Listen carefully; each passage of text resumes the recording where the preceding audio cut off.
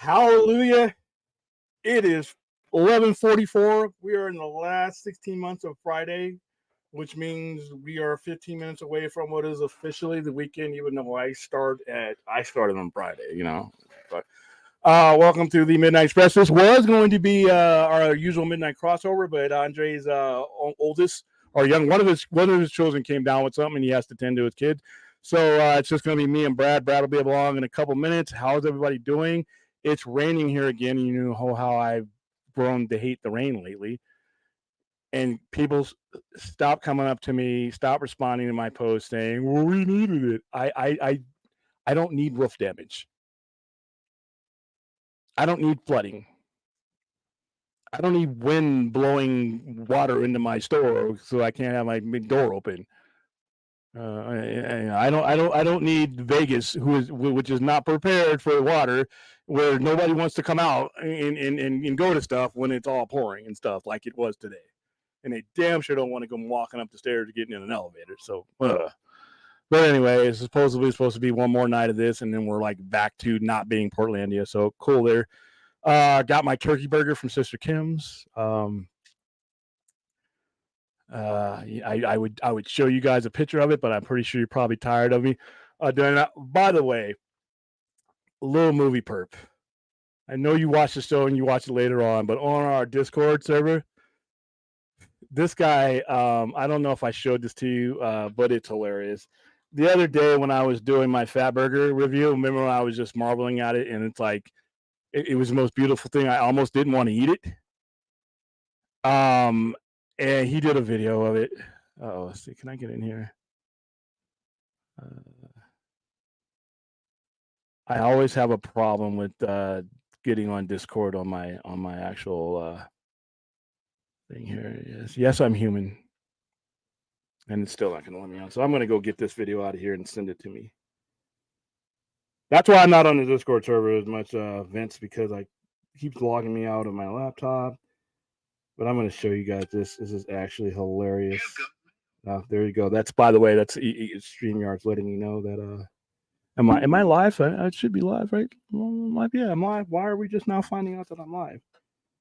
All right, so a little bit new to the Discord server, but I need to show you guys this because it's fucking hilarious. Let's see. Clip shared. Here it is.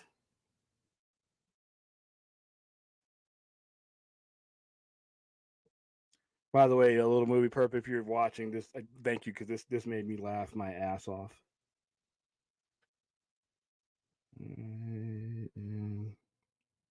Is it slide?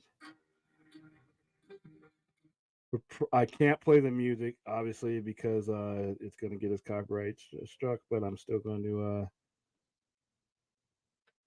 to show it to you. To me. All right, here it is.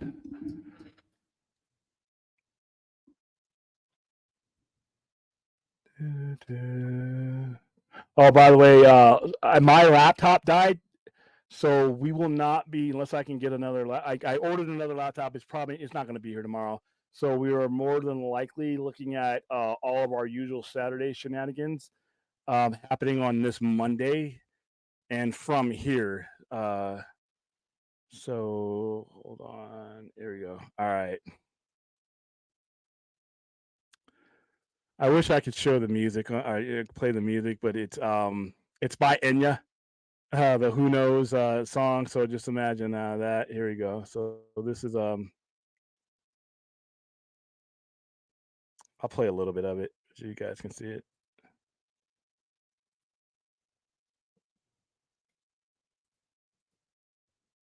Hold on. I'll start it again.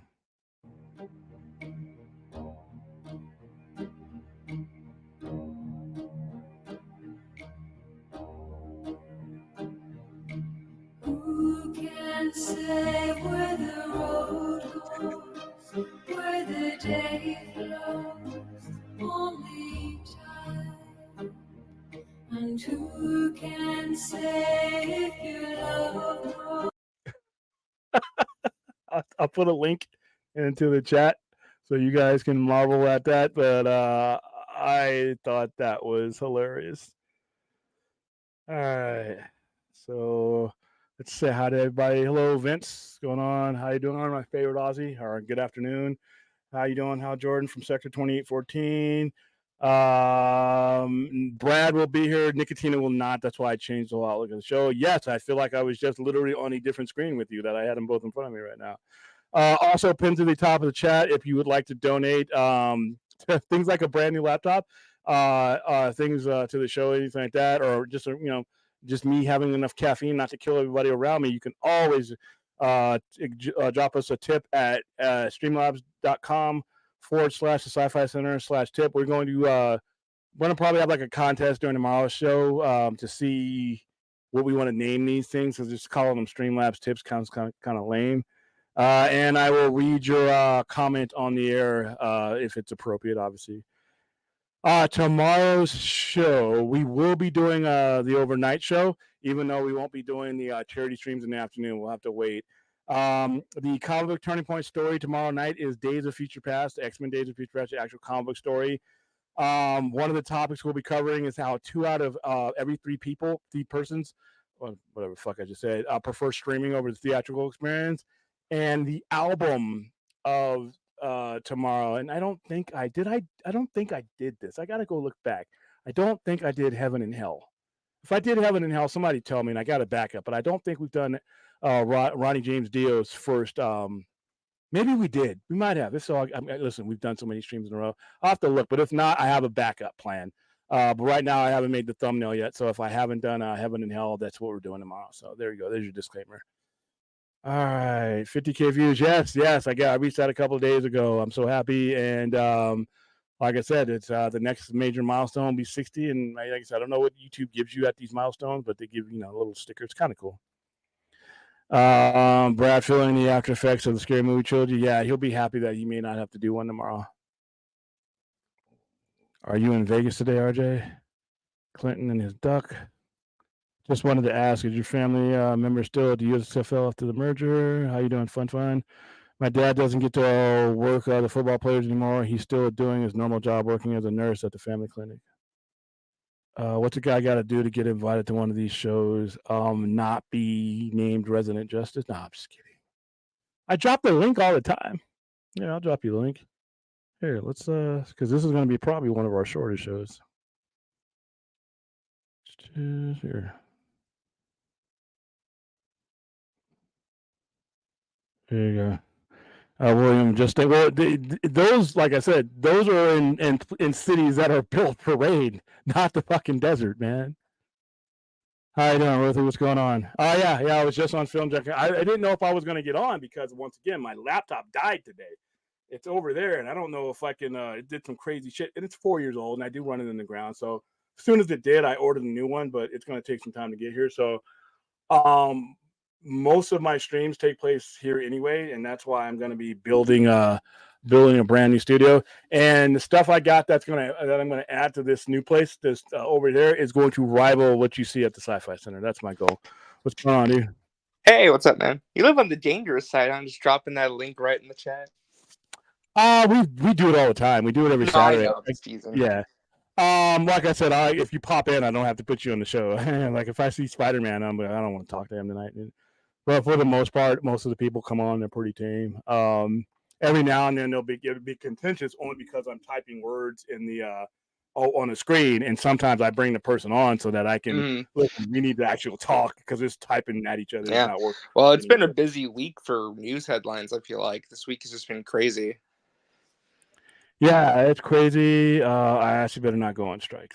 We're gonna ban strikes right now because we don't need strikes. What's going on? Yeah, they're not. They're gonna make sure they don't go on strike. I feel like because we're already seeing the damage of strikes past. Well, I figured I'd ask you, get this question out the way. I'm sure you already talked about it on Film Donkey stream, but like 30-second thoughts on the Crow trailer.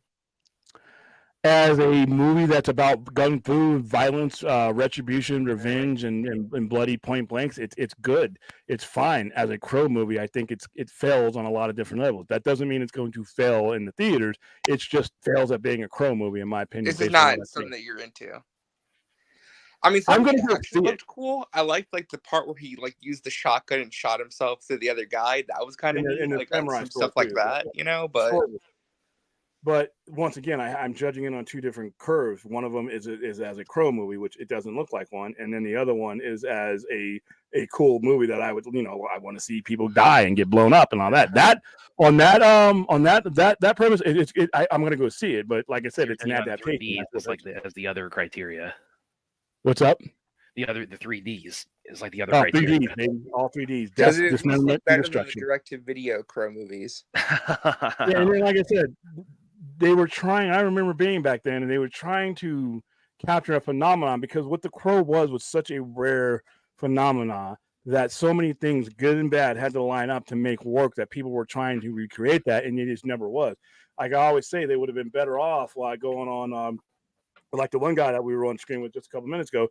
Bringing out those bringing out those other individuals that had been visited by the Crow and telling their stories instead of just trying to retell Eric Draven all the time. It does get to the point where you're wearing that thin and you have an IP in the Crow that you can go a lot of different places. You literally have thousands of years. I mean, he goes back to Noah's Ark. That's how far back. If you want to go far back with the Crow, you can. So I wish they would do that, but Hollywood's just not original anymore. Yeah. Yeah. Oh yeah, because I was talking about it with a friend of mine today. Her name's Ashley. She, the original is. We need to get her on, man. We need to get her. Yeah, on, yeah. Well, especially for this, because she's the Crow is like very, the original is very near and dear to her heart, and so she saw the trailer and she's to put it gently, she's going to with a lot of trepidation. And like one thing in particular, we kind of zeroed in on. And I'm kind of wondering if this is going to be a bit of a flashpoint for a lot of people. I think because they have the advantage with this one, the advance of technology with visual effects and all that. They really emphasize like how much much gunfire he's gonna take and just shake off because of his the invincibility that the Crow grants him. And so I think they're going to emphasize a lot of that in this because they have like a couple of money shots in the original of him, getting shot and then healing through his chest or his hand or whatever. And they're really going to town on that. She actually was, kind of questioning. She thought that might be a little bit of questionable taste with this because of, the circumstances of the original with, the tragedy with Brandon Lee and whatnot. And, but yeah, that, other than that, she's we finished the Crow movie with a bunch of gunfire, so they got over that real quick. Yeah, that's true. But also, the thing about it too that I'm really a little bit nervous about is the Detroit, the city as it's portrayed, in the original, it's, was really a character unto itself. It really has, the design to it, the look to it. It's really portrayed, and and it's really unique to the Crow. You don't see an urban landscape like the Crow really anywhere else. And they really the city doesn't as it doesn't they haven't really like done anything really too fancy or too specific with the cityscape in the remakes. That's like, oh, that's a little bit I was kind of hoping they would go a little bit that route with this. I'm not saying they need to duplicate exactly what the original did as far as the look and feel of this, the Gothic feel of the city, but again, that's such a staple of the Crow. Really as an IP, is that I feel like they could maybe should go a little bit more in depth on that. Yeah. No, I see where both of you are coming from with this. Yeah. We'll wait and see. I mean, when does it come out? August, I think. So June. June. Oh, wow, June. Okay, that's yeah. In fact, it's switch dates. In fact, to switch dates with the John Wick spinoff Ballerina. They decided they were gonna. Is this also Lionsgate? I think it is. Yeah. Wow. Yes. Okay. We pull it up right here on Wikipedia. All right, Lionsgate picked it up. Wow. Okay. I know because we're going to be promoting our promotion girl with Lionsgate. Well, the other thing I wanted to bring up, and June 7th. I know it's William's favorite topic, the DCU. It was announced today, at least from Hollywood Reporter, that they are moving forward with a Teen Titans movie. Yes, I saw that. A writer, and that's moving quickly, and it's getting quickly put together. So I don't know if you talked about that at all or had any thoughts on that. I don't have any thoughts on it right now, simply because by the time we get into heavy production of that, we're going to be dealing with a lot of uncertainty when it comes to WB. So there's no reason for me to believe that this will ever happen. That's the interesting thing I wanted to bring up to both of you, that I've seen some other pundits talk about this, and I actually do somewhat agree with this. Is it just me, or does it feel like they're really putting a lot of things into production quite quickly? So I'll list them off real quick. So we got Superman filming right now. Peacemaker season 2 is filming apparently in June or July, confirmed by James Gunn. It's going to film in the summer. You have the Amanda Waller show and Supergirl, both rumored to be starting production in the fall. Supposedly they're getting ready to cast the Lanterns and film that early 2025, Booster Gold early 2025. And then you supposedly, at that point, you maybe have the Authority movie getting ready to go, and then you have now a Teen Titans movie. So that's quite a number of productions all getting started within the next year. Before mergers.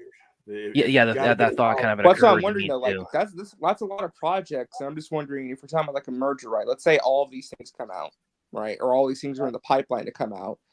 If there's a merger, which me and you, William, have talked about this for a number of months, it's going to take quite a bit of time for regulatory purposes, just because depending on who wants to buy them, that also is going to impact it.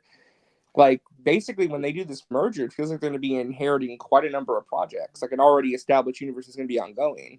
Not necessarily, because that's what they did the last time, and they really fucked themselves. And remember, I was telling you when we were first hearing, when we were on Poindexter Lounge, and we were hearing about a merger, I said right then and there, everything needs to stop, because that's what you do in a merger. You never want to leave someone with that type of burden to pick up, because you're merging a company and you're putting some lead on that stock, which is where we're at right now. Unless they're working with the assumption that either A, they're doing the exact same thing before, they're just going to make a ton of stuff that the next person has to inherit, or B, they know doing this merger that they're going to continue with this universe no matter what. I don't know which one. No, I don't think they're going to be dealing with this universe no matter what. They may come to that decision, but not automatically. And they don't listen when somebody's coming in, and this is just generally how mergers happen. And what happened with WBD was kind of weird.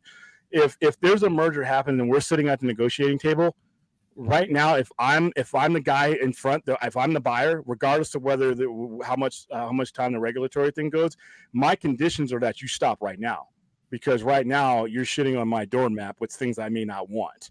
And then now I'm not going to be the bad guy. I'm not going to be the bad guy coming in cutting stuff. If we're negotiating right now in good faith, part of those negotiations are I need you to this is the line of delineation that you stop, because part of the value of the company is me not inheriting things that we're not going to go forward with. That's where they fucked up before. They did not stop. They should have stopped a lot of these things that they were doing as soon as that merger was announced, or they were sitting behind talking. Everything should have stopped. Everything should have stopped, and everything going forward should have been a right side, a co-pilot type of conversation, where okay, we're thinking about doing this, because some of those people were jockeying to keep their jobs. A lot of those Warner Brothers goons were jockeying to keep their job. And if you want to keep your job in my new world, don't line my stairs with feces that I got to clean up.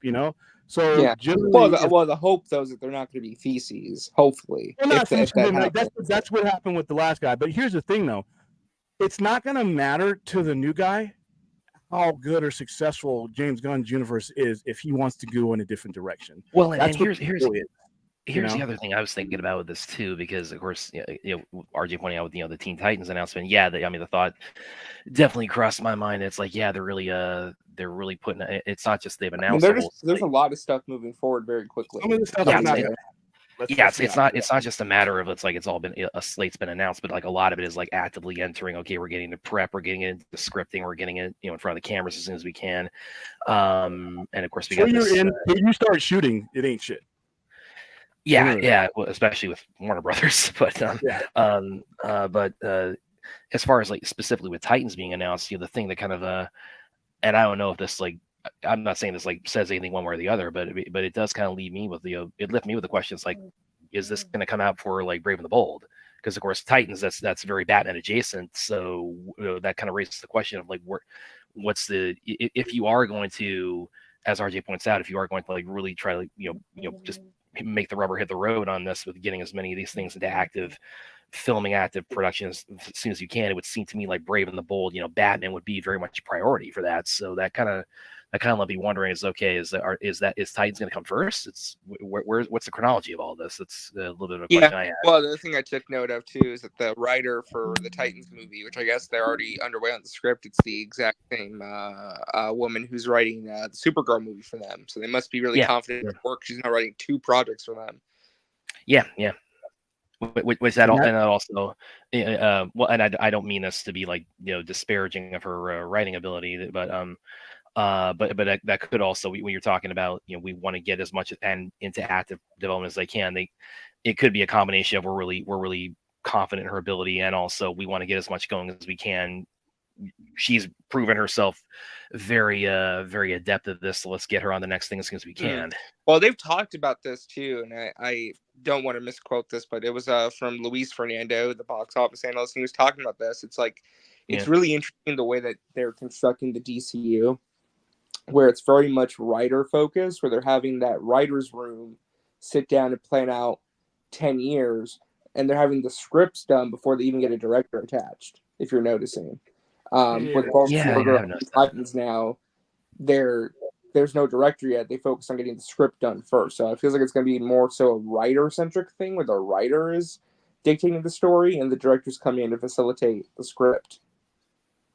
I mean, that's just the observation I'm kind of noticing. As long as Zaslav remains in his position, this is all great, but I just don't see he's going to. And so merger or no merger, it's like I think people have pretty much been speculating as like his whole plot. He's going to put a new boss at Warner Brothers Discovery, and that's the thing. His whole mandate really has been like get this company in shape, sell it off, and like cash my check and just ride off in the sunset. That's really, from his perspective, that's really what he's been doing. Yeah, and if I come in, if I'm a stockholder, if I'm a primary stockholder and I facilitated the merger, listen, congratulations on the success that you had with that.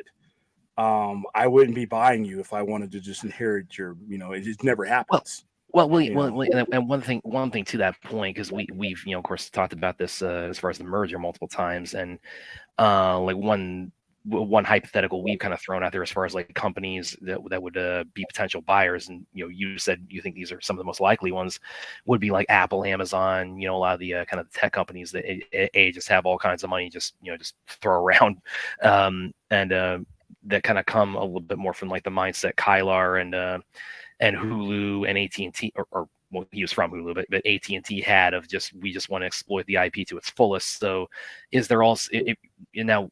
Obviously, the in an incoming merger, there's all kinds of unknowns to that. But as far as one of the things we've kind of laid out is that a lot of those companies, Amazon, Apple, what have you, you think would be very much of the perspective of we're not concerned with competing with ourselves. So and a smart company, the next company is going to do multiverse. There's no way you're going to be. That's kind of the thing I was thinking of with like what's laid out with Gunn Slate is that like under normal circumstances, like a Universal or what have you, buying Warner Brothers, it's like that's you're talking about a more standard merger, but with a tech company that's got more of a streaming apparatus and a mindset similar to what AT&T had, isn't it possible that this pending next merger happens, and then it's like then what's been laid out as far as the DCU slate, it's like that could survive that, as well as like whatever plans they the incoming company wanted to put forward for it. Yeah, and that's the only way I see this not getting derailed is by them saying, okay, you do this here, but you do your theatrical stuff, but we're fucking Amazon. We don't give really a half a shit about what's going on the big screen. We want you buying our underwear, socks, lingerie, whatever the fuck. Our plumbing hardware, as Doug Lehman put it with Roadhouse. We want you. We want to give you a reason to come to Amazon as many times as possible, and the theatrical model just doesn't work for them. It's useless to them. It's meaningless to them. Well, I think you definitely see them emphasize the streaming series, especially for DC, and streaming in general, of course. But yeah, I just thought it was interesting. I just wanted to ask, because William, I don't know where your affinity lies for Teen Titans as a property. I love Teen Titans. I love the original stuff. I love. I'm reading the back issues of Brave and Bold back in '64 when they first came out. I love what George Perez, Marv Wolfman did with them. I always liked the concept That's the only place where I can tolerate a Robin, not by the side of Batman. But as one of the leaders of it, I like the things Even that Nightwing? Huh? Even Nightwing? Yeah, Nightwing on his own is great. I just can't stand him with Batman. Okay. I hate the Batman family. Like I said, my only reason for their existence is to watch them get killed or maimed. That's what I'm in. But I You know, never understood. Like, is that just because you prefer Batman as a loner? You don't like the idea of Batman's strength. He has two different strengths. If he's going to be grouped up with people, he needs to be grouped up with people that are completely in contrast to him, not people he's trained in a family. Justice League, it works because it's the contrast between him and everyone else. Or the other strength is his solitary, nature of his characters. His being alone, it is that's the strength of Batman. But couldn't you say though that, like, the whole point of the Bat family is to keep somewhat of Batman and Bruce's humanity still intact? He has like a reason to still keep a humane side to him, a moral compass to him in a way. No, that struggle is unto himself. That's a struggle that he fights with himself on an issue by issue basis. And it's much to me much more enjoyable when it's just him trying to figure it out, or when it's juxtaposed or in contrast to Superman. But that's just personal preference. I can't stand the Batman. So if I could dial a 900 number to kill them all, I would. Or did you have when it comes to Titans though, do you have like a specific era that, I mean, obviously I feel like the peak of Titans is like George Perez, Mark Wolfman, personally. That's probably what, like, the peak and like some of the best stories with that. The newer one with Tim Drake, I like that. I like that version too. I like the one with when they call it's Young Justice. It's Teen Titans. I don't give a fuck what you call it. I liked Teen Lantern. I liked a lot of those characters that came on with that one. So I like that one as well. So any version of Teen Titans to me is good. It kind of got played out when he became Nightwing though, and they started growing up, and not because those were bad stories, but they weren't kids. These were grown ass people banging each other in the comic book. They weren't Teen Titans anymore, like in that respect. Well, and it started getting sleazy. Titans, yeah, it started getting sleazy when you had Deathstroke sleeping with a 13 or 14-year-old Tara. Yeah. Starfire's topless, walking around the Justice League towers. I was just about to bring that up, William. Was like, with as far as Teen Titans adaptations go, what were your thoughts on the streaming series Titans? I love that series. I know it had problems. But you loved the edginess, didn't you? Yeah, I love that. He had me at fuck Batman. He had me at fuck Batman when that trailer came on there. For Dick Grayson. That's funny you say that, because when that trailer hit and he said F Batman, right? I remember that pissed off so many people, like, oh, this is so I remember that too. Dark I subscribed that day. And the coolest thing about that is I did not think I thought that show was going to get like an episode because it was on. Yeah, it got canceled right away. I thought it was gone. Like all the other shows I like that are guilty pleasures. It lasted 4 seasons? I made a good 4 seasons. And let me see. And it wasn't for what they were spending. The no money that they were spending shooting in the same fucking place all the time. I thought it was casted well. I had fun with that series. I love the costumes were really well designed. The costumes were really well designed. Yeah, I really like the costume design was great in that show. I really like Brendan Thwaites as Dick Grayson. The show had issues. For me, the biggest issue with Titans. The biggest issue I had with Titans personally is that I feel like the finales always drop the ball. Yeah, Season 1's finale was pretty bad. Season 2's finale was pretty bad. I think season 3 was okay, had a decent finale, and then I didn't watch season 4. One of they killed Wonder Girl with the pole. Yeah, that was so dumb. Are you fucking serious? That's how she dies? Are you really gonna do this? And then you knew she was coming back. I will say that season 2, that Deathstroke and what's the name? Oh man, he's great. He was great. What's the name of Deathstroke's daughter though? I keep forgetting her name. Jade. Yeah, she was really cool in that show. Yeah, she was played good. And of course, she has to fuck Robin. They just did whatever the hell they wanted to in the show, and I'm like, all the characters sleeping with each other, yeah.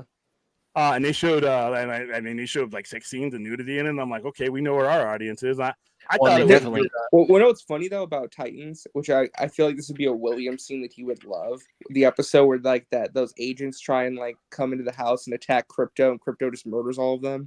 Oh yeah, Crypto was a fiend. And then the atomic people that blew up. I mean, all of it was like really.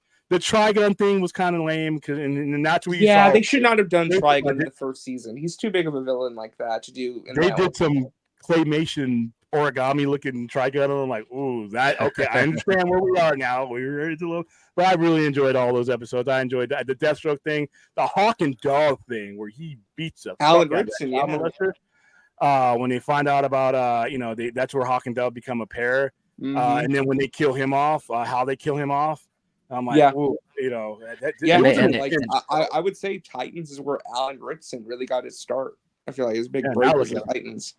Well, and it's interesting with him because people, keep fan casting him as Batman for Raven the Bold. And of course, like his start with as far as DC characters, of course, is Aquaman on Smallville. Then he goes to that to Hawk All right, on Titans. So you know what? Stop it. I'm done with it. Wait, I need to remind everybody wait, you that don't like Smallville Smallville? is banned. you don't like Smallville? I would rather dine on my own vomit. What was wrong with rewatch Smallville? I don't have enough time tonight, RJ. I don't have enough it's time in my William. life. I'm just pointing out observable, like verifiable reality. Whether you like Smallville or not, he played Aquaman on Smallville. Just a mention of it makes me. I'm glad I didn't eat my turkey burger, because you would legit see me throwing up on live stream. Yeah. Well, I this is total speculation, but like, is there like a preferred roster you'd like to see in this movie that like could differentiate it from the cartoons or like the? Like I said, I would like to see the Young Justice. Like, I would like to see the Tim Drake. I would like to see Tim Drake, Teen Lantern. What's the girl? Amethyst. She's in it. Oh, Miss Marshall. No. What's the girl's name? What's her face? Oh, fuck. They Are you canceled talking her about book. the Young Justice comics or the cartoon? The Young Justice are comics. Oh, okay. See, my familiarity with Young Justice is the cartoon, so yeah, I would go with the one that's in the comics. Then you have Wonder Girl. You have her dog. I would use the most modern comic book version of it. So I feel like if in Guns in like the DCU, I feel like they would go with something like an amalgamation of modern, but mostly focus on like the George Perez Mark Wolfman run. Yeah, give me a mixture of both. Like I said, as we get closer to this being a reality, I'll start getting excited. But like I said, I'm just not doing it right now. I mean, my ideal roster personally, I would do not. Well, here's the thing. I think they're going to do Damian Wayne, which I don't like. I don't like Damian Wayne on the Titans personally. I never liked it. I would rather they do Nightwing. But either way, you're going to have Robin. I would say you're definitely going to get a Beast Boy and a Raven. Those two for sure. Starfire. And I think you're going to get a Cyborg. I think you're going to get a Cyborg on this team. It all depends, because I don't think you'll get a Cyborg. Really? You don't think Cyborg will be on the team? Well, Cyborg is interesting because, of course, I mean, post New 52, of course, that's when he was, established as part of the Justice League, and of course, traditionally has been prior to that has been part of the Teen Titans. But isn't Cyborg back on the Titans in the recent comics, the Tom Taylor run that they're doing? I haven't looked at it. I think so, but it all depends on what era. He doesn't necessarily have to draw from the newest era too. He might, like I said, he's giving us JLI nonsense. So I mean, he could draw from he's literally got 40 years to draw from, or actually more than that. I would say too, you got to throw in Donna Troy. If Donna Troy's not on the team, I'm going to be a little sad. Not necessarily. You have a new iteration of Wonder Girl that you could use. I mean, you don't. I would, because I love the way she was played by Connor Leslie, by the way. But I'm old school. I could see the new group, actually, the Young Justice. I don't know why the fuck that they canceled it, because it was actually doing better than some of the other books. But I think that new iterations of these characters might help him out a little. But he could go with Donna Troy. He could go with Dick Grayson. It's Teen Titans though, so. Yeah, Donna Troy wasn't really a Teen Titan. Like the 90s kids and the 2000s kids like myself, we want to see that cartoon roster, because that was the Titans we grew up with. Yeah. It was Robin, Starfire, Raven, Beast Boy, Cyborg, those five. Well, Aaron is definitely not a Teen Titans Go fan. What's up? Oh, yeah. That was, hey, listen. Teen Titans Go may suck, but that show has gone on. It's basically like Cartoon Network's version of SpongeBob. That show will never die. Yeah, the movie did well too. Yeah, well, and they did a Zack Snyder episode too. Yeah, I remember. Well, I mean, people were like crazy excited for that, and I mean, whenever anybody who's like a normie or newbie asks about Teen Titans Go, the shorthand I give, it's basically kind of like Powerpuff Girls with DC characters is kind of the tone I sort of describe for it. It's basically SpongeBob with DC characters, but like SpongeBob if it's even more silly. I Yeah, got to see yeah. how the rest of his universe comes together to see what his methodology is going to be for choosing these characters. I'm not a big listen. I'm a big Teen Titans fan as far as the content goes, and I don't want to see a Teen Titans movie. I listen. Teen Titans is an IP. Personally, I want a show. I want to show, and the reason why is because the biggest thing about Teen Titans is how they develop from one iteration to another to the point where they leave. Like when it became Titans, it was time to really end the book because once they grew up and, like I said, are literally fornicating with each other. You know, these 14-year-olds that are now basically adults now, have impregnating each other. But do you think maybe they stuff. don't want to do a show because there already was a show? No, A big I don't live think action Yeah, show? I think that might be part of it. I Like don't they think want to do so at something all. that's different from what came before. Well, it's going to be different because it's going to be connected to what he's doing already. So you'll know the difference. I mean, I don't think James Gunn is going to shy away from doing anything that he doesn't want to do because of another iteration of it, because his mind just doesn't seem to work that way. Yeah. I see him maybe pushing certain things down the line. If he gets the time, if he does get a 10-year plan, I do think you will see a dark side, and I do think it'll be the dark side that we saw, because as a fan, he knows there's only the one, but I could see him doing that at like year 8 or 9 at the end of all of this. I don't think he'll do that simply because of the fact that he would have to build up his own world to that kind of crisis situation. I don't think that's a character you necessarily need. And I think building the type of world that he's building. You know, if it's Zach's world, it's different. I think I've asked that question before because I mean,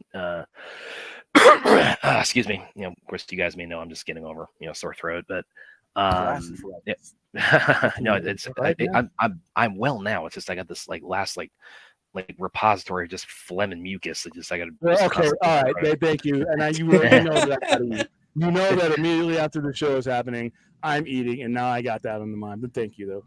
Okay, but to your point about dark side, because I think I've asked this once or twice, because of course canonically, as far as the new gods, they don't have multiverse counterparts. They're just the one of dark side and Desaad and Highfather and Orion and Calabac and Granny Goodness and all. So, and that is a question that's been a little bit on my mind. Is does Gunn strike you as enough of a really hardcore comic book guy where it's he, as far as that's something he would adhere to as far as portraying his version is that we've seen Darkseid cinematically now, so it's whenever he wants to introduce Darkseid, it would be the Darkseid played by Ray Porter, but it's just now he's crossing over it from Zach's universe into Gunn's universe. It depends on how his universe forms and if there's enough time for that universe to form, because eventually he's going to, I think eventually that with all these things that are happening to Batman, the reality of that there are multiple versions of these characters will be there, whether you mention the word multiverse or not. So I think if he ever does want to use that, if he ever does, he may never want to use them, but if he ever does, I think he would use that version of it. Yeah, I wanted to say too real quick. Fun had a comment about the Teen Titans movie. I actually agree with this. That could be where we see Blue Beetle next, where we see Cholo Maridueña. Oh, I wouldn't be surprised. Yeah, that would not surprise me at all. The logical place to put that character. I now that I think about it, it's that's actually I think that's probably the most likely place you would see Blue Beetle introduced. So we'll see, but that thought hadn't occurred to me before. It's now that the more I think about it now, it's I mean, so I was wondering where that character might pop up. I mean, I was thinking either there or the Booster Gold show. Actually, both of those would probably work. Yeah, I mean, obviously Booster Gold. Of course, they have they have their 1 and 2. As comic books wise and source material wise. So and that's another thing too. It's I'm wondering. It goes back to what you said at the beginning. It's they're not only just. It's not that just they've announced a slate, but it's just they're okay, go. We're just getting started and everything now. And of course that goes back to the merger talk. So where does that kind of leave Booster Gold in this? And Aaron actually has kind of a little bit of a funny one here. I'll be surprised if someone from Saudi Arabia, but. Yeah, I think you also, Aaron, made a little bit of a joke. She thought Elon Musk might just for the hell of it say, I'm just buying Warner Brothers Discovery now when they can, because they can legally do a merger as of April. So I don't know. It's he's got the money to just throw around willy nilly, but I don't know if he wants to be like a studio head. So I'm going back to kind of what Williams hypothesis of it's it's probably going to be one of the tech companies like Apple, because they got the money to do it, and they got the money to withstand absorbing that amount of debt, And yeah, it's like that's the avenue. Also, I think probably as far as the corporate mindset or the perspective on the IP, if you want them to lean into the idea of Elseworlds or lean into the idea of like letting all these things coexist, then it's like then probably your safest bet to do that while maintaining what James Gunn is trying to get underway really is probably somebody like Amazon or Apple or one of the tech giants that Mhm. really have a Well, real I like wanted to ask you, knowledge Brad, for streaming. personally. Yeah, I Yeah, wanted go to ahead. ask you personally. Just you mentioned the dark side thing when it comes to like Snyder's dark side Yeah. crossing over into the DCU at some point in the next 10 years. You can get to that point, right? Yeah. I just feel like. Do you think that there could be a tonal issue though, depending on like how his universe takes form? Like there could be a tonal issue with that at all? Because like I'm not because if you've read like the Mr. Miracle comics or some of the other comics with Darkseid, like Darkseid is a very menacing, imposing figure, but he's been known to do some what are can be perceived as very silly things in some of the comics, right? Yeah. Like, can you see that dark side, the way Zach interpreted him and used him for that story, working in a different vision of what that universe could be, or is it like kind of like a wait and see approach kind of thing? Well, I think William is already kind of defaulting to like wait and see as far as like just wait and see, Yeah. the foundation that the universe and the studio really are on as far as introducing Darkseid at all. But I don't know. You got any thoughts on that, William? As far as like a I think tonal he kind of could use them mishmash? simply because we didn't see enough of Darkseid for it to be a definitive tone. We only saw him. We like I said, he was extricated from the original run of the movies, and then you kind of see him. We don't get to see Scott Free. We don't get to see Orion. We don't get to see all that stuff. So I think there's been such a little sampling that anybody who came along could seamlessly, if they wanted to, take his tone, and you just have to basically the contrast between him and his silliness that is Mr. Miracle, things like that, those Big Bar, all that. You haven't seen him interact with these characters, so I think that you could take that character any direction you want to and not hurt the tone, simply because we've only gotten a sample size of it though. So but like I said, Okay. that's if he even uses them. And to me, this universe that he's building right now, see, I think it was appropriate because of the story that Zack Snyder was adapting to bring Darkseid in there and to bring about the universe. His is different though. So for where his starting point is different. You may never need a Darkseid, but if you did, it would need to be towards the end because of a whole bunch of other things that it looks like. Yeah, like a It dark wants side to may be not done, be yeah, showing up for a while, even if yeah, they if at wanted to all. use So, them. Yeah, yeah. Yeah, I think that's uh, probably kind of where similar where I stand as far as everything William just laid out there. Oh yeah, because that's the other revenge movie that Bill Skarsgård has coming up, and then they put out the trailer about I think like 3 weeks ago, and I'm looking forward to it. It looks pretty awesome. It's got I There's looked at there's a recent couple pictures. movies they had a South by Southwest a few days ago. There's a bunch of movies that premiered. Monkey Oh God, Man I premiered. cannot wait for Monkey Man. Yeah, Monkey Man got a standing ovation. People really seem to dig that, except for IGN, but I don't trust IGN movie reviews. Also they had the premiere of The Fall Guy, the Ryan Gosling Emily Blunt Yeah, movie at David that was really Leitch. well received there too. Yeah, Yeah, which I'm looking forward to that one as well. That's going to kick off the summer movie season. And then you had yeah, Alex Garland's Civil War, which apparently rocked the house. Like that movie, like shook people. yeah. And Luke, I don't know if you guys are familiar with Luke Mack, or not Luke Mack, or spoiler, oh, his name is escaping me. I know he's been on the Vodka stream at least once. He had this good one-liner on Twitter. It's like, Civil War was good, but it's like, but it totally didn't, it didn't leave us with any Easter eggs like tying into like larger Marvel universe, except for Kirsten Dunst. And like, okay, yeah, I bet there actually are going to be like younger viewers who are going to be seeing the title Civil War and thinking like, well, it's like we saw this movie already. It's like, and we already had the Cap versus Iron Man debate. I'm wondering like how like widespread is that with as far as Civil War among teens and adolescents. So the first thing they think of is Marvel as opposed to the the American Civil War or what have you. But yeah, I'm looking forward to that I saw too. some jokes about that. Someone like posted like a parody review of the Civil War Alex Garland movie. Like, this movie was so weird. Like there was no Iron Man or Captain America or nothing. I Yeah. don't get this.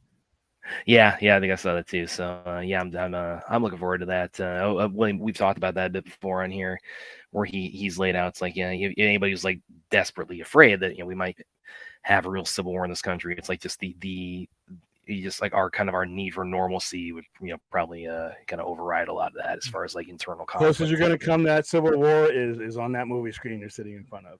It does look pretty good though. I'm definitely intrigued by it. Yeah, it looks like fun. Like I said, it looks like fun fiction, and that's what I'm going to go and do a thing in for. But just stop. Hey, what do you think? Aren't you scared that could become real? No, because like I said, when the shit, when it comes down to it, the average American is just not going to put up with it, and you need the support of the populace to have a civil war. People, like I said, during COVID didn't want to wear a mask during COVID. They didn't want to go. They didn't want to do the things that could save their lives. They're definitely not going to want to live under a circumstance where they can't go places. They can't do their normal thing. They can't go golfing. They can't go to the game. They can't go to the bar. They can't do their normal life. You will make an enemy out of people in a heartbeat. All you got to do is mess with their natural routine. Then if you're the one doing it, you're the enemy. So any insurgent would have to put up with the fact that the majority of the population is going to fucking hate them and rat them out anyway. Two, guess what?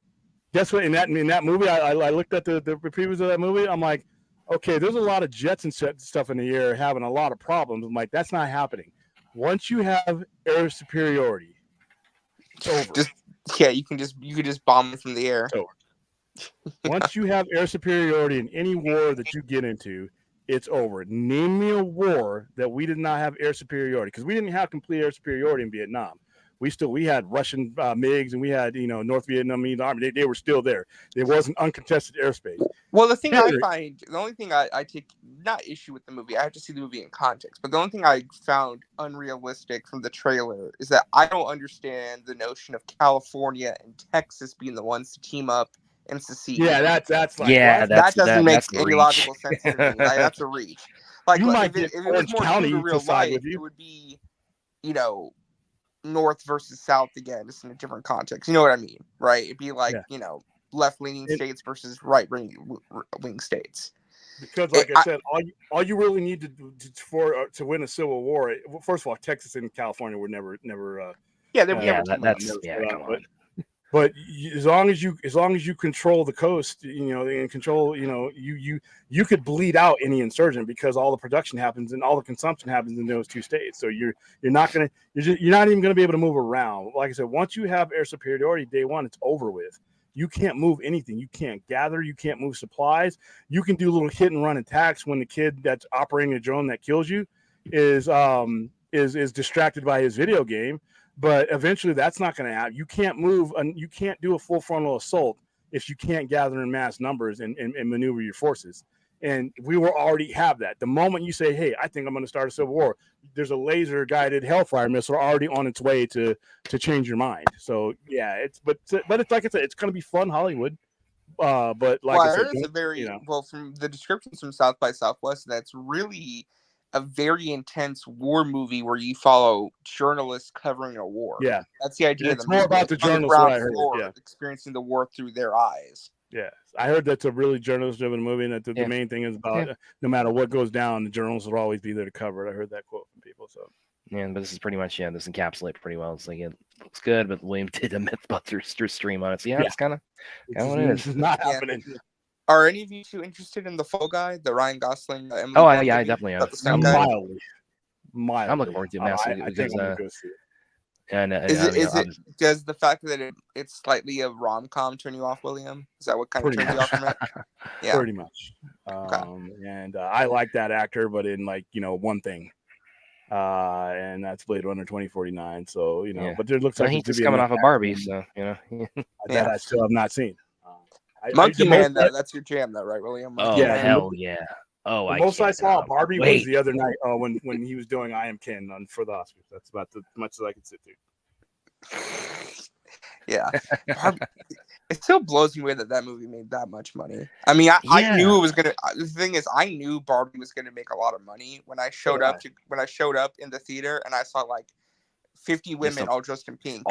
I was like, it's a generational icon. It's a generational icon that hasn't been tampered with as far as cinematically goes. So I thought back in the day that it could possibly be $1 billion movie, simply because you have 3 generations of women that can all take each other to see this movie. Well, you're basically making your money in triplicate because you got 60 and 70-year-olds, you got their kids and their grandkids that are all going to go to see this movie. So yeah, I thought that movie was going to make. I knew I wasn't going to see it, but my thing about it is that this is definitely speaks probably my ignorance of the the Barbie IP and the generational impact is that I always thought my perspective on it was always Barbie as as a toy line, but I never really saw a lot of. I didn't see a lot of storytelling or a lot of character development attached to it, which again, it's again, I am most definitely not the target demographic for it. So all like the Barbie animated stuff and things like that. Again, it's stuff and when I say I'm not into Barbie, it's not a matter of I have active disdain for Barbie. It's just a matter of I'm just not the audience for it. So I'm going into the Barbie movie last year with just my knowledge of it is it's the toy in the pink box that you see on shelves of Toys R Us. That's what I knew about it. So it's I definitely got a sense it was going to do very well, but doing as well as it did. Hats off to them. They definitely struck gold on it. And of course, the rising tide raises all ships, as we saw with the Barbenheimer phenomenon. Yeah, because like I said, Christopher Nolan just got $100 million bonus. He owes about half of that, and if not more, to Greta Gerwig. He made and not only did he clean up at the Oscars, he made a shit ton of money off Oppenheimer. And people are like, well, Warner Brothers is mad about them not getting those Oscars or not making all that money. I'm like, well, first of all, if it was a Warner Brothers movie, they wouldn't have been releasing it at the same time as Barbie. So that means Oppenheimer makes probably Oppenheimer money, which is $300 to $400 million. And see if they got Oscars. I still think that I would be too. Fucking Tenet, him forcing that movie into the theaters and them losing all that money. It just wasn't the right time. Yeah, I always said they should have. And I'm like, dude, I always said they should have, because when they started, when COVID hit and they started doing all the rescheduling and shuffling. Fast and Furious 9, they were the ones that were really the smartest about it because they bumped it back a full year. I always thought it's like Tenet, that would have been the ideal thing to do is bump it back a year, really give it some room to breathe, and they really could have thrived because it was one of the first things, when theaters opened back up that that I saw. And again, it was you could hear a pin drop in there. There were maybe 10 people, including me, in there. They had the tape blocking off every other row. This was totally the opposite in terms of the turnout for Inception. It wasn't because nobody was interested. It was because people were just dipping their toes back in the waters, whether or not we feel safe going out seeing anything theatrically right now. Yeah. And I might as well get this question out the way since it has been addressed. You guys have any thoughts on the set photo leaks of the Engineer and Legacy? Or not? Oh yeah, we saw. Yeah, now it's not Legacy anymore. But, I've been so used to calling it Legacy. Yeah, I'm wondering if that's. I think people are still probably going to use that as a shorthand, even as it progresses. I think maybe even after it comes out and it's still just called Superman, people might still use Legacy as kind of just as maybe a distinction between Yeah, I know you hate that word. Well, I had always said it's I always thought the ideal title was Superman : something like Superman Man of Tomorrow or Superman, Metropolis, something like that. Just to really kind of put your own stamp on it that this is a distinct Superman from every prior iteration we've seen. But something was good. Just by putting his name on top of it, James Gunn Superman. There you go. Oh yeah, like Zack Snyder's Justice League, call it James Gunn Superman or Richard Donner Superman. Yeah, well, I'm wondering. That was something I was wondering when we got the Snyder Cut. Is was that going to kick off a trend where directors putting their names into the title of DC movies? But so far it's just been that. But set photos are pretty cool. Well, the thing that stood out to me the most about the set photos actually was her hair. The hair was just so distinctive to me with the braids. Yeah, that's what stood out to me more than anything else. Yeah, I looked at it for a couple of seconds and then I moved on. Well, and we're still waiting. We're still waiting on the full head to toe, Superman in costume shot. All we've gotten so far is well, that's what I was going to ask both of you because I'm not sure where they filmed that and how that leaked. I'm assuming they were filming outdoors somewhere. I'm not sure where. Oh yeah. I have to read the Just Jared article. I guess the question is, does this impact the fact that they're probably going to have to move up official suit reveals at all just to get ahead of the leaks like that, or they just let it happen? I think they'll just let it happen. Because in their eyes, the publicity, whenever you do things like that and you allow stuff to leak like that, it's a weather balloon. You want to see how people are feeling about how excited they want to get. So it's in their best interest to get it out there. I would just hate for the first look at the new Superman costume to be through paparazzi photos. Like that's the one thing I'm just like maybe. Yeah, that always sucks. Well, because Man of Steel, that's something that they can control though. If they've been doing their marketing right and they would have had their weekly show, you could have released it on that weekly show. Well, because Man of Steel had a really good one where it had him in the scene of him in front of like the bank vault that was was dented halfway in. That was a really that was the first proper like suit look, and it was a great suit reveal. So doing something like that is like, yeah, that's really that's kind of ideal as far as like your and did we got that video, like that test footage with for Matt Reeves, but I think other than that we didn't have like a proper suit reveal. We had like set photos. Yeah, what Matt Reeves did was so interesting because he did the Todd Phillips method. That's what I coined it. Because when Todd Phillips first began filming outdoor for Joker, and they were going to do, remember the scene where he's running around being chased by the cops? That was some of the first stuff they shot, I believe. Yeah. He posted that video where it's that song, that twisted version of that song, and that's when he did the face reveal of the makeup of Joker. That way, when they filmed Rock and Roll outdoors, Part 2 is the song. Yeah. And when they filmed outdoors, that way those set leaks weren't the first look at the Joker. And then Matt Reeves did a similar thing when they started filming outside in Glasgow for the Bat Cycle when he's on the motorcycle. Yeah, that was our first like shot him, and I don't think it was even Pattinson. I think that was like the stunt guy. No, it was stunt guy. But before they shot that, he did that screen test footage of him putting on the suit.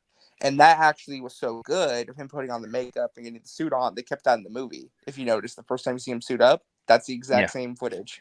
So I think they should do something like that eventually. Yeah, I could definitely get behind that. But maybe they're. I think also maybe because maybe the fact that they put out the S Shield reveal was maybe they're kind of covering their bases on that. Maybe they have an idea of like how they want to reveal it, but also they're saying, well, I mean, we might get scooped by paparazzi, so let's get something out there before they do. Yeah, because you're going to get shitty paparazzi pictures, though. It's not really going to matter if the paparazzi gets it first. It's when he tweets it is when it really matters. No, I agree. I think based on log sheets, they're going to be filming in outdoors in Cleveland, Ohio from like June 16th to like July something. So hopefully by then they do something. Yeah. Well, and he mentioned, he's going to be filming during Comic-Con, which is why he's not going to be there this year. So, and we'll kind of see how. I was there with you. I'm just not there yet as far as engagement with this film goes. Not yet. I mean, I'm just not there. So when I see these, the engineer, I'm like, okay, I barely care about that character to begin with. So now it's like you're just showing me what you look like. I'm like, oh. We also had a little bit. I don't know if I would call this a full reveal, but there was like that hallway photo of Nick Holt. He was like with somebody else. He wasn't in proper he's in Atlanta right now. Yeah, he's in Atlanta. But he was with the shaved head, and I don't know if actually my biggest takeaway from that was like, man, you're taller than I thought you were, dude. So. Well, here's my reaction to that photo. I'm like, either that lady is like really tiny, or he's huge, or he's really tall. Like, if you look at that picture, he looked like Shaquille O'Neal size compared to her. Yeah, he looked enormous in that picture. Yeah, I'm just like, okay. Yeah, so it's like getting like a somewhat more imposing maybe Lex Luthor in terms of like his build, which actually we kind of already got that on a Superman and Lois with Michael Cudlett's Lex Luthor, which of course I really enjoyed his portrayal on the show. I'm looking forward to seeing him in season 4, and actually we might even get like another kind of a Superman suit reveal, because again, I wish I could find this, but it was one of the CW accounts had mentioned like after the Kingdom Come Gunn put up the S Shield reveal, they tweeted out something like great reveal, but we got our own coming up, and that kind of made me wonder, is there going to be like some kind of suit change for Superman and Lois the final season, especially if and I know this annoys William, but especially if there is, as the cliffhanger to season 3 indicates, there's going to be an adaptation of some kind of the Death and Return of Superman on Superman and Lois season 4. So we might get, isn't that so new and exciting? Because we've never done that before. Wait, what? Yeah, well, it doesn't matter how many times we do it. You're not gonna stop being a stick in the mud about it. I mean, what is the infatuation with that story to where every creative is like, I got to do this, man. I got to do it. Oh, the Death of Superman. Yeah, because of course Doomsday is is on Oh, that's introduced right. Yeah, in they did season that. 3. Spoiler alert, but didn't they do the twist where like Bizarro was experimented on and became Doomsday in that finale? Yeah. That what they Yeah, did? but Yeah. where Lex kills him over and over, and then he Yeah, mutates they into merged Doomsday. the two characters together into one character, yeah. Well, because he was initially teased, when they brought Bizarro to season 2, he burrows out of the ground. He's in that containment suit, so everybody thought at first this was going to be Doomsday. Then they pull back the mask, and then it's Bizarro. So it's like, oh, okay, so that was wait, he was Doomsday. Just not yeah, yet. exactly. Yeah, so it's like it was kind of like yes and no as far as like is this Doomsday? So, but yeah, we might be with that. We might be getting another suit reveal. They might be doing a version of the black suit, on season 4.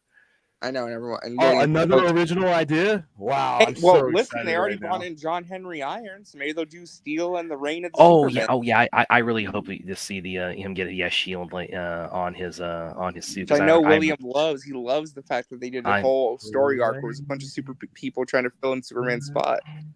Yeah, the No, comic book, one of the series that helped put comic book stores out of business. Yay, let's go for it again. Yay. everybody William's a little bit sad of it. Let's bring back the story that saturated the market and had a million print runs so that everybody. So I take it that Tom, when Dick, and Harry now, and if you run out of toilet paper, you can always just reach into the ether and pull out Death of Superman issue or a Reign of Superman issue because there's more. William just doesn't like watching the heroes being challenged. He doesn't like them overcoming like the villain who's so insurmountable. It's like it's that's why he hates Bane. Why he hates Bane.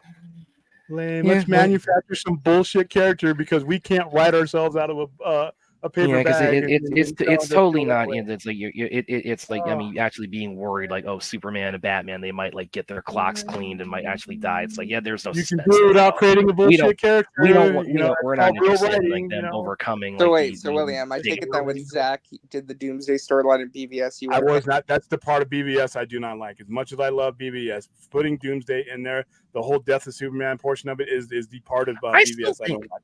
But couldn't you argue that the whole point of Doomsday's existence in that movie was because they had to establish a threat that could unite the Trinity? There's like 1,000 different threats that you could have done to unite. Okay, well, who would you have used, William? The one that they were on their way to doing, Darkseid. You would have used Darkseid in that movie?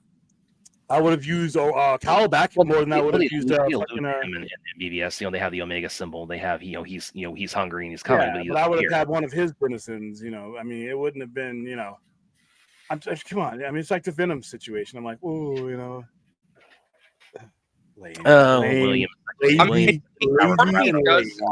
Part of me does wish that in BVS, because originally the villains were going to be Metallo. It was going to be Metallo. And weren't they also thinking about like a Lex Luthor, the power armor too? Yeah, I've seen a lot of people also speculate when he gets the black suit, in a ZSJL, that when he walks past like one of those Kryptonian kind of astronaut suits, and people speculate, like Lex co-ops that and builds the mech suit out of that. Like that was the idea for it. It's like, oh, that could have been cool. I would definitely be down for that. Yeah, that would have been much better than what they ended up with. But I still William hates that character so much. I still think William, hold on. It comes from the era of lazy writing. Hold on, William, hold on. I gotta ask you. Okay, there are 3 characters. Okay, you have to pick one to still exist and get a lot of marketing push and story attention. Which one do you choose between Bane, Venom, or Doomsday? Which one would you actually like to stick around? If you had to pick between those 3. I'm keeping Venom if I have a gun to my head. Okay. Well, there's a lot more substance of character than I can do, even though Venom has been overused for the amount of time that Venom has been around, which is 34 years, which is a baby in comparison to some of the other Spider-Man villains. But there's much more you can do with him. And he doesn't have that many more dimensions, but the Venom symbiote, there's a lot more you could do with that story than you could with any of those characters. Go back to Doomsday real quick. I still think, I mean, I'd imagine that stuff that I actually would ask Zach, maybe, I might feel compelled to. I mean, I have, of course, 10,000 questions I'd love to ask him, with a Q&A or something. But one thing I think maybe in hindsight they might have wished they had done with the marketing for BVS is not have Doomsday in the trailers. Like if we went into that movie having no idea Doomsday was going to show up, it's like I feel like that. Yeah, and I don't want Wonder Woman's coolest scene was tied to that. So Yeah, I know. Well, here's the thing, and I'm not trying to drudge up the negativity or none of the BS from back in 2016, but I distinctly remember that trailer for some reason really changed the online discourse around that movie. Yeah, because yeah. that was this trailer that I feel like kickstarted the negativity against that movie. No, I agree. I agree. And that's why I say it's like because you had fans who thought it revealed too much, that they shouldn't have shown certain things, and then some people were just like, really, Doomsday, they're killing off Superman, yada yada yada. Yeah, like, I feel like that trailer was a marketing mistake, a blunder. Yeah, that's why I say, I think in hindsight, if they had it to do over, they would have, as far as marketing the movie, they would have, held off. They would have portrayed like Wonder Woman's in it somehow. There's going to be like some kind of like twist where this conflict between Batman and Superman is going to go away we're not expecting. But I think if they had it to do over, they would have held off on showing Doomsday at all. Maybe there would have been like rumors and chatter online leading up to the release of it, but then again, it's like the impact of like when Lex, when in that scene when like Lex says, "Born to destroy you, you're Doomsday," and he hatches, and like that, the impact of that I think probably would have been magnified significantly if we had no clue Doomsday was going to be in it.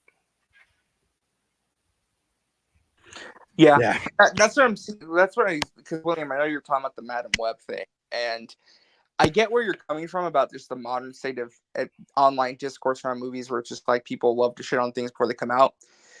But bad marketing can create a negative perception in the normies' minds. Because I feel like that Madam Web trailer was what turned away the normies, not the hardcores. I mean, maybe I'm wrong. No, because there's a problem, and it's the same thing that happened in 2013. In 2016, because we were marketing all those movies. We marketed every one of those movies. And the biggest problem you had, if it was the marketing, that would have been cool, but you wouldn't have been able to explain the discourse that happened before even the marketing began, because we began the marketing on those movies. So, and months before those movies, were even to the point where you could get a trailer out there. You already had the discourse out there. Just for clarification, you don't think that the Doomsday trailer destroyed the online discourse for BVS?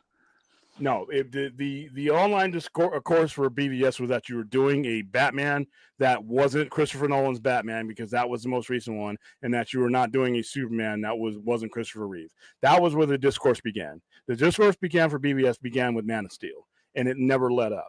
And like I said, those movies were a bitch to market because of that. We never got to the point where the trailers can make any kind of difference before people already had their man diapers ready to go and their assholes aimed directly at it. So yeah, people can say the trailer, but trust me, I was there for that entire campaign, and Man of Steel's campaign led right into BVS's campaign, which led right into Justice League's campaign. So people can blame the trailers, but then you have to explain why was the discourse that way before trailer one was even released. I would assume you would say the same about Madam Web. Yeah, and like I said, Madam Web was a fucking train wreck. Don't get me wrong. And it wasn't the movie that the people meant to do, and they screwed themselves out of their own movie. That's fine, but it wouldn't have mattered. Once you are, and this is what you got to realize when it comes to these marketing campaigns and marketing in general, once you have somebody adverse to the concept of what you're doing, there's nothing that's going to save it. And people were adverse. It doesn't matter what Sony movie came out there, and this is what I call the MCU turd in the pool, not quality wise, but once you poison the well like that with that one way of doing things, no one else wants to see anything Marvel done, anything that's not that way, no matter how good it is. No, I get what you're saying. It's just, I guess Madam maybe Web could have been fucking Shakespeare, and it wouldn't have mattered. It was still going to have issues. I mean, I get what you're saying. I just, for me at least, and maybe it's just because I'm overthinking, I just feel like the trailers, the first trailer for Madam Web and that Doomsday trailer, like, you could pinpoint the change in the online discourse. I'm not saying it was negative before, but I feel like they got ammo. The people who were going to hate on it got even more ammo to go after those things. Well, those people most of those people were never going to go see the movie to begin with. So, like I said, they were stirring up. Like I said, the discourse The trailer is not as relevant. If you don't have an audience of people who are ever going to give it a chance, it doesn't matter what was in the trailer. They were never going to give that movie a chance. The trailer could have literally had Christopher Reeve being resurrected and coming out and saying, "I'm your fucking Superman." If you were adverse to anything that was going on, you were never going to get it. Marketing only works as if you're open to it. Well, to play devil's advocate and just push back a little bit, though, like when the Batman was being marketed at DC fandom and they're finally getting ready to unveil that movie, there was not a pushback against Robert Pattinson and that film for the fact it wasn't Ben Affleck, it wasn't Christopher Nolan. Because we weren't in 2013 and 2016 anything. And the one thing you got to not leave out, though, is the fact that as much as I shit on these fucking Cro-Magnons that made things hard in the early 2010s and throughout 2017, they have evolved into something better than what they were. You would not have been able to put the Batman out in 2013 without having man baby crap all over it. You would not have been able to put a lot of these other movies out there.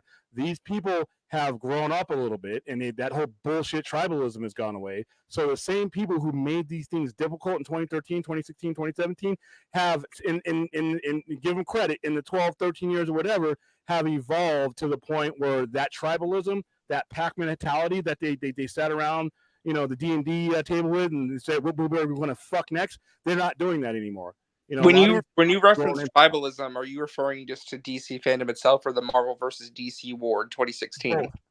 Both, Yeah, because it started earlier than that. The tribalism, because 2016, I think, was the peak of the Marvel versus DC rivalry between BVS and Civil War. It was, and then if you notice, it went down because people got their fucking minds back. But you also had the tribalism in between DC fans themselves.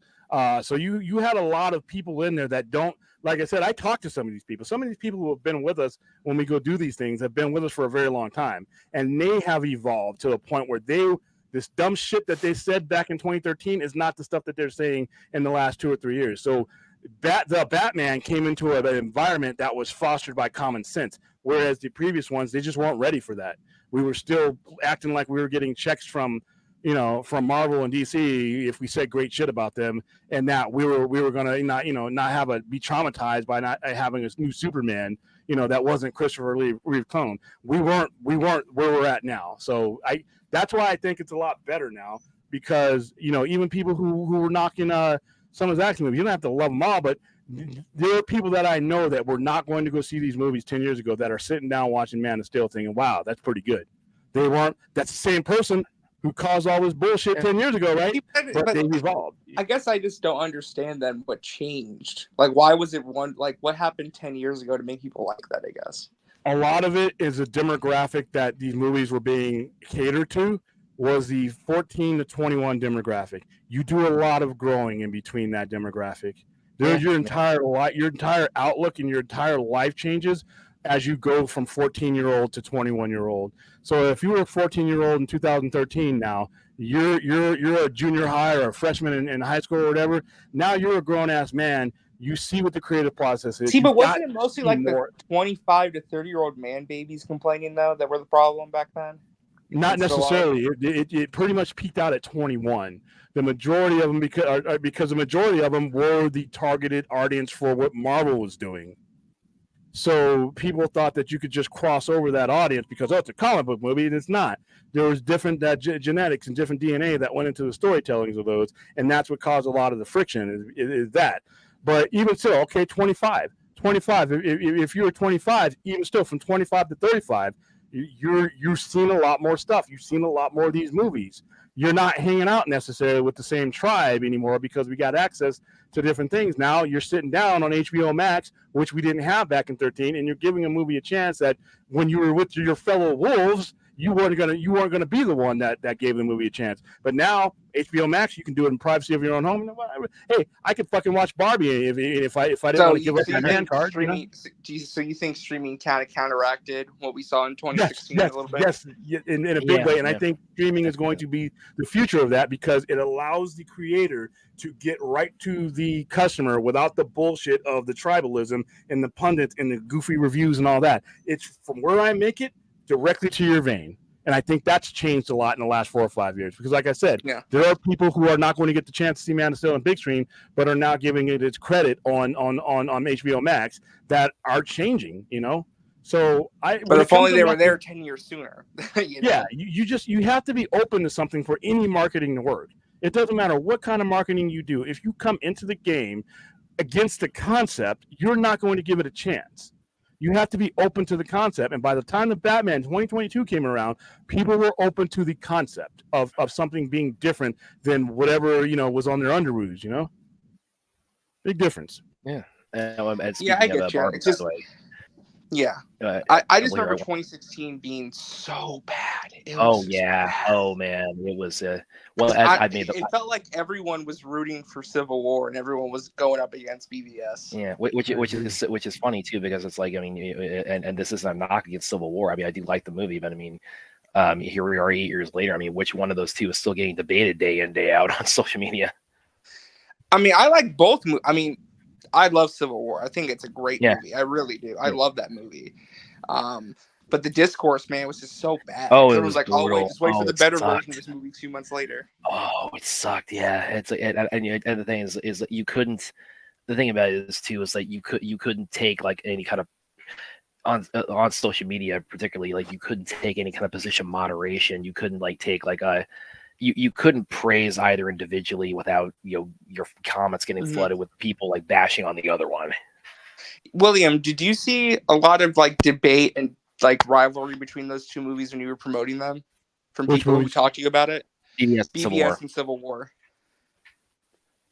Not in the Like in real Michael, life, no. like your customers who you would use to promote, were they like arguing about which one was better and putting them up against each other? No, because the people who were going to Captain America Civil War at the time were not going to DC movies. So there wasn't a they weren't going, vice also versa, Also the face-to-face debates. This is why I like going to cons so much, because the face-to-face debates on these things, even if people are very passionate about whether they fall on either they prefer BBS to Civil War or vice versa. When it's face-to-face, it's like people just don't, they don't get anywhere near as acidic face-to-face as it would be like on social media. It's not the war zone. Even when we got them face to face, one side wasn't going to see certain movies and the other side wasn't going to see. Like I said, most of these guys who were at that time were not going to see DC movies. They would say something stupid about it, but you couldn't really take it to heart because you knew they weren't, and they would admit that they were never going to see the movie. So it didn't really matter what one or the other said, because one specific group was not going to see the other group's movies. So the argument kind of died on the vine right there and then. So. Yeah. No, I know you mentioned Barbie a minute ago. There were a couple comments here I wanted to highlight from some reviewers. Mighty Rax says best Ken is Michael Keaton in Toy Story 3. Yeah. That was when he kind of started his big comeback, was I think around then, was with Toy Story 3. Aaron says when I was a little girl I owned a couple of Barbies. Yeah, I mean, so my sister had a few of them here and there, and of course, I mean, then of course I'm surprised they didn't make it. Maybe in the second one. I mean, I would think they're going to make a second one, but it seems like that's a little bit. Maybe Margot Robbie's like holding out for like the best, payday she can get, which is smart on her part. But I would think I'm surprised in this one we didn't get more jokes about like decapitated Barbies, because that's like that writes itself. So maybe in the next one it'll be more like a Barbie Land has like like the What corn. in Like the hell did you just say? No, you know what I mean? Where it's like, is this Ruth? Where is You this know how Ruth, boys like tear off their sisters' tear off the dolls? Barbie head? Imagine putting that in the movie. Hey, let's have decapitated Barbie. Now that I would have gone to buy a ticket for that one. You give me decapitated. You give me one of the 3Ds. I'm down. Me and Ruth will probably be there to see it. Nah, come on. I mean, there's just jokes just baked right into it there. It's like, but especially with like how easily like a Barbie's head is removed from the, because it's just got that little peg there, and then it's very easy to just pluck the head right off. So real quick. Well, I was gonna ask too. I did before I forget about this. William, did you see The Rock's concert promo tonight? Oh yeah, he is killing it right now. It was blowing it up. It was blowing up on social media. It was very funny. Quit knocking Black Adam, man. Oh yeah, because RJ said like you were glad Black Adam didn't go. No, I retweeted somebody who said that, because technically it's true. I don't think if Black Adam was like a mega blockbuster and he was in charge of DC, we'd be getting this. I don't think he was ever going to be in charge of DC, and whatever. Well, would've either been- way, would've he been would have like been too Byron busy. Garcia, something I'm like just saying that, he would have been too busy with DC to be doing this, and this is some of the best work of his entire career. I think he could have made some. He's not going to be doing this forever. I think this is. I'm actually kind of wondering. think- It's actually making me want to see making me want to see the Black Adam Superman fight that much more because it's like I still want to see it. I think that would, like I said, that the difference between that movie making even more money was Superman not being interwoven in the story. And then once again, I don't want to hark, but those guys are gone. The way it was handled, one of the biggest. What's up? Well, this one, because I got to get my joke in for the evening, as Ruth says here. Barbie did the raid. You watch it. There you go. Oh hell yeah! I'm just waiting for Rock to like drop some because he made a Moana joke tonight, which was hilarious. I'm waiting for him to make some Black Adam jokes finally. Yeah, I wouldn't be surprised. He did one where he talked about. I think this is right. Just when he was starting his WWE comeback, where he said it was. I need to look it up again. But it was something to the effect of. Like the Rock is, and he's boasting about the Rock is this and that. It's like the Rock is like the biggest box office sensation in the world, except for when Baywatch comes out. Yeah. Oh yeah, that was in the first thing. I'm just saying, Cody and Seth got to throw in some Black Adam jabs. They want to get a comeback on the Rock. Just throw some Black Adam jabs. Well, and the weird thing is too, like a lot of people pointed out, like his intro recently, like had a lot of the same lightning effects that he had when he did the Comic-Con appearance. So they did the Hollywood Rock entrance a little bit tonight. Yeah. So there is like how much is he going to maybe like take some like the Black Adam energy or smack talk or kind of general aura, sort of plug it into what he's doing right now. That'll be really interesting. Yeah, I was just curious because William, I wasn't for sure how you were feeling about WrestleMania now shaping up, not just with the tag match. And the main so event, far, but as long also as them adding the Rock to the entire thing has made it a little bit more, because I think there's going to be some stuff that goes down. But if it was just going to be the Rock, Cody versus Roman, I was already tapped out of that. I saw that you gave me that 2 years. You're going to give me that for 2 years in a row. I don't care I did not give a fuck about Cody's story until the Rock got involved and said "fuck your story." That's where I was on board with the Rock story. Well, because now that tag match is like so unpredictable because it could go either way. I could see The Rock and Roman winning, and that's bloodline rules, and Cody's got to fight through the bloodline to get even a chance at winning. And The Rock's going to turn. The Rock's turning on Roman Reigns because Roman Reigns is more money as a babyface than he is. But yeah, he is really and the Rock as heel is like the best Rock, really. I think Roman Reigns is a horrible heel, and he's been at it too long. And I think he's better money than as a face. And The Rock. When we get that match, man, when we get heel Rock versus babyface Roman at next year's Mania or whenever we that's going to be at SummerSlam. They're not going to wait on that shit. Yeah, but whenever we get that match, it's going to be huge. So, but as far as like going back to Black Adam real quick, is like, I mean, that's the one thing I will hold against Zazoff and Gunn, more so Zazoff, is how that was handled. You're talking about the DeLuca and Abdi going over Hamada to put Calvin. No, that should have happened. Hold on. Well, apparently also because that should have happened. They should have gone over Hamada. Hamada shouldn't even had a job at that point. So yeah, I totally agree. But also, because James, he was responding to somebody's again, I think this was on Threads, again, just kind of giving some more context to how his Superman kind of came about, and somebody asked him. Was this going as you were writing it? Well, first they asked like who hired you, and he said, "Yeah, it was Michael DeLuca." And they also asked like, "Was this going to your story? Was it going to be integrated into the DCU, or was it always going to be its own kind of separate island like the Batman?" He said always separate. So even though he was, So even though he at the jump, it was was hired by DeLuca and was doing a distinct Superman for Henry Cavill's. It was going to be going kind of the Pattinson route, where it's like we were going to have like these parallel kind of offshoot realities. It was going to be an Elseworld, is what it was. Yeah. The problem I have is when people try to, if Black Adam hadn't been successful, he didn't have shit to do with anything. That didn't have jack shit, and I can't, because you can never really prove it. But you tell the way. Here's the thing: if anybody besides James Gunn had been hired for that position, then Abdi and DeLuca's plan goes forward, because those guys don't have a Superman script rating.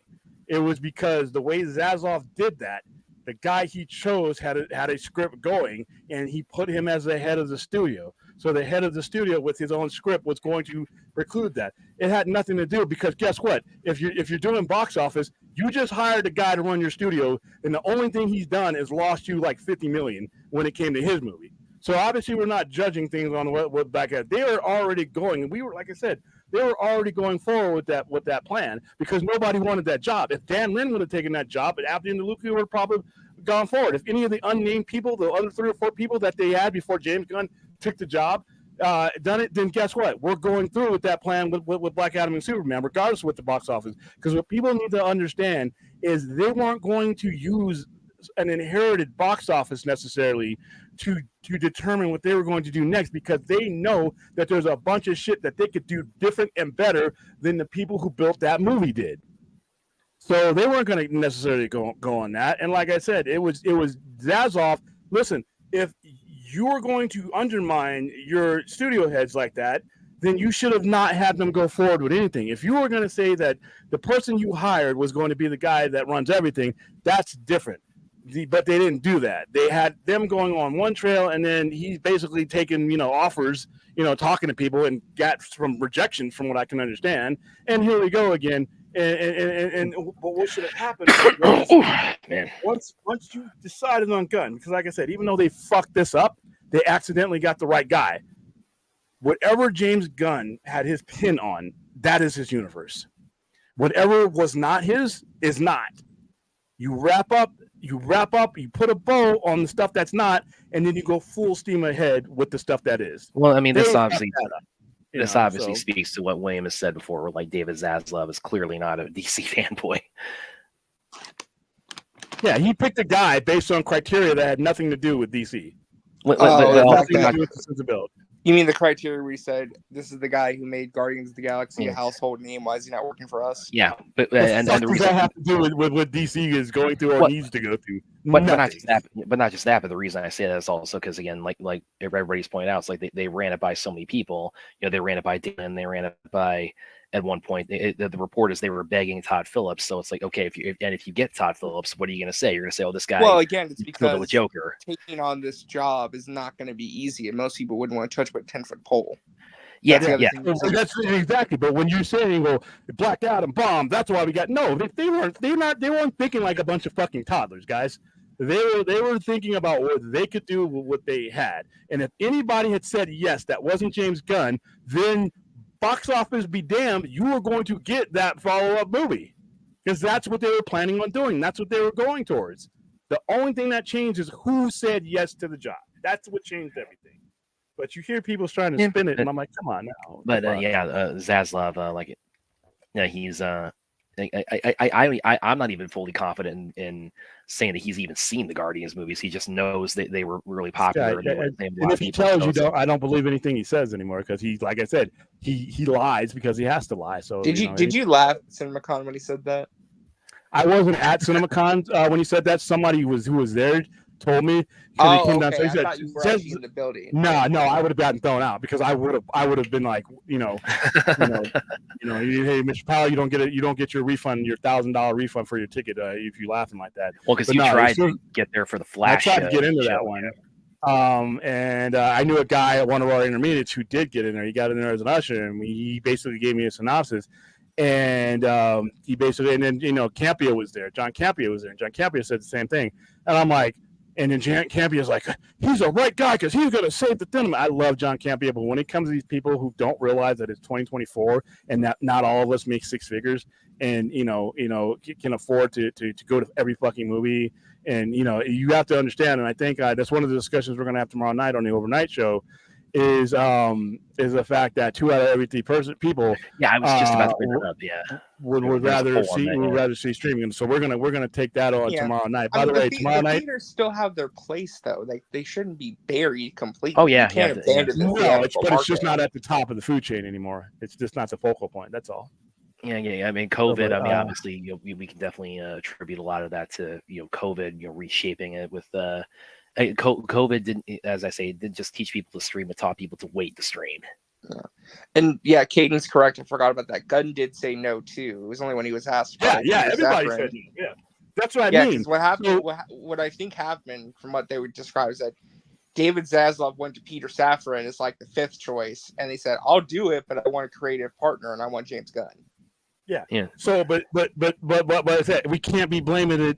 We can't say that we got the DCU because Black Adam failed when you were on your 4th or 5th guy that finally said yes, and you were already moving forward with these plans. So if that guy said no again, then where are we going? There's no there's a Superman, but it is probably along the lines that it was originated to be, which is an Elseworlds. So they like I said, but I just hate to. That's what I mean when it comes to these narratives. People just kind of make shit up, and then it just gains momentum. It's like it's like that sounds good. Let's fucking go with it. And I'm like, no, that's not how it was going, dude. We were talking about, what we were going to be promoting years down the line. Nobody until James Gunn said yes, and if you look at the timeline. Black Adam's box office and all that, all the announcements. There's no way that's to blame for all that. But people like to, it's a cool headline. Well, especially too, because I mean, it's apparently, by all reporting, is apparently really just taken off, on Max and on Amazon on streaming. So it's like what business it didn't do theatrically, it's really, it's taken that running with it on its home media life. Yeah. Which, as William is off to point out, it's like they don't stop counting the money until the money stops coming. And like I said, it was all because of you had a stoogery that was running the company into the ground, making decisions on whether Superman was going to be in Black Adam or not. That's a fucking yes. As soon as you ask, not just whether he was going to be in Black Adam or not, but he was going to be in anything DC related or not. Well, but explicitly on Black Adam, I'm like that movie would have been decent. But here's the thing, though. You shouldn't, like you said, you shouldn't have had to be asking for 6 years to see another Superman movie. That's when you start firing people. When I walk into the office and I'm like, "Where's Superman?" and you don't have an answer, one of my stooges that I brought with me is taking your job because he's infinitely qualified more than you. I remember when I walked into that room and I asked about where's Batman, where's a proper Batman single. Oh, we got this thing that might be out in 2022, and I'm talking we're like 6-7 years ago. I'm like, why don't you go with your friend and see if you can read each other the job ads that you now need because you're both fired. I remember when Black Adam was coming out, and I think it was just before it came out. And of course, when the writing was on the wall about Henry Cavill's cameo in it, and I remember watching the vodka stream leading up to. I think this was KC Krypton Cage who made this point, or it was kind of a joke, but he'd talked about when The Rock when he went to DeLuca and Abdi to get the Cavill cameo approved, and he mentions like they had. Hamada had stonewalled them for so long. It's like he would have loved it, but he said, I would have really liked to have seen what The Rock's reaction was when like Hamada actually like came clean and like gave his real reason for saying no. Yeah. Well, yeah. I loved William's quote back in the day. It's like hot dog on a stick. yeah, that's where they would have been. That's where they would have been because, like I said, and now. Because, like I said, even though they're all gone doing their own things, they have damaged my trust. Took its toll. Yeah, they have damaged my trust in what comes next to the point where I don't know if there is a next. So you can thank those guys on that. And like I said, well, it's a whole new regime. Well, no, but there's two individuals and there's some bad decision making that started even this regime off. Now they have a better chance of. Surviving the two little mistakes that they made. Like I said in Film Junkies chat, if Superman crosses $500 million, they should be popping champagne bottles. Yeah, and like I said, you got a lot of angry stockholders right now with some $8 stock that might want more. Fairly unfairly. That's what I mean. Because this is another thing, like Film Junkie, like he done a video reporting on the stock situation, like where it was and where it is now. Like at its peak back in March 2021, it was 77. The stock has dropped almost $70. That is I can't even get my head around that. Yeah, and like I said, and that's not just a today thing. That's a litany of bad situation, bad decision over the course of time. And then you had the merger with it, which didn't help. But at the same time, your previous regime and your current regime, to be honest with you, whenever you restart something, you're telling a group of people, especially your common fan, that, hey, we're not doing that no more, but wait around for this next thing. And some people, like I said, it's like a cat and a laser.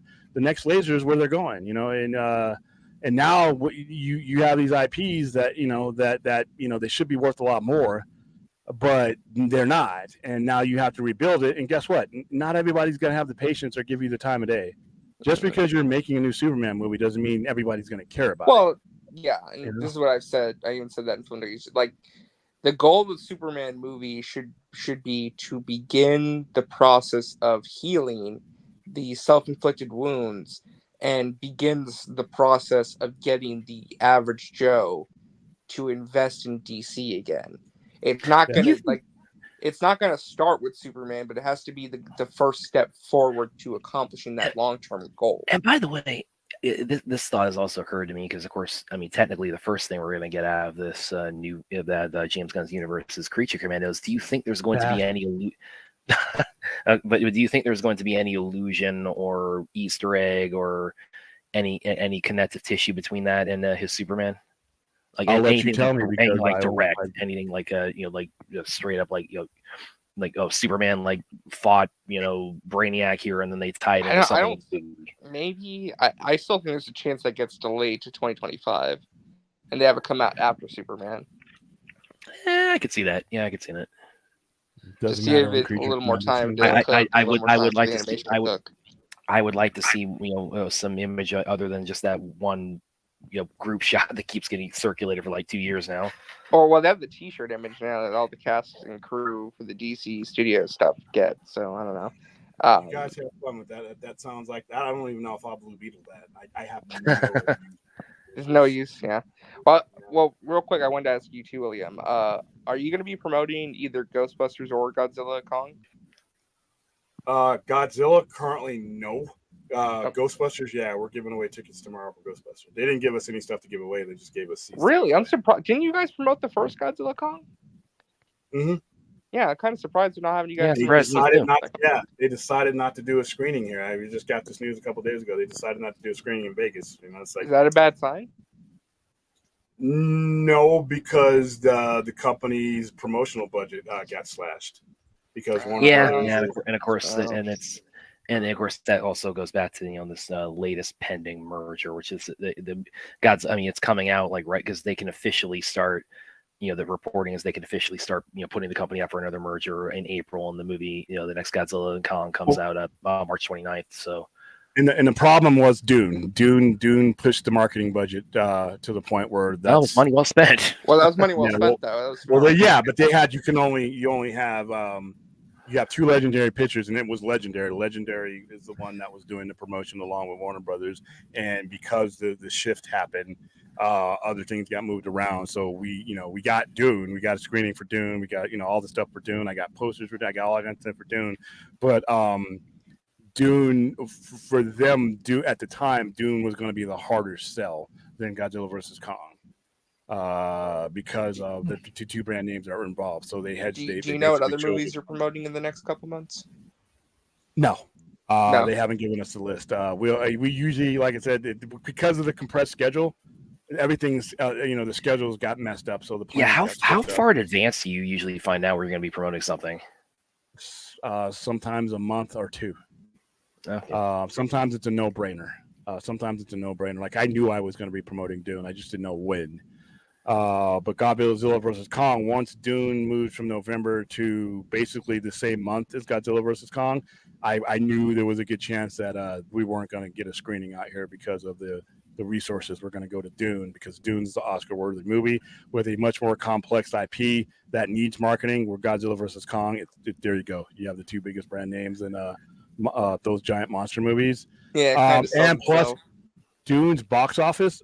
I don't know. I knew it wasn't going to make $1 billion, but I thought, where is it right now? Because it's still right now. It's at about like 400 million, isn't it? Yeah, it's going to pass like this weekend. Probably going to pass the first one. Let me pull it up right now.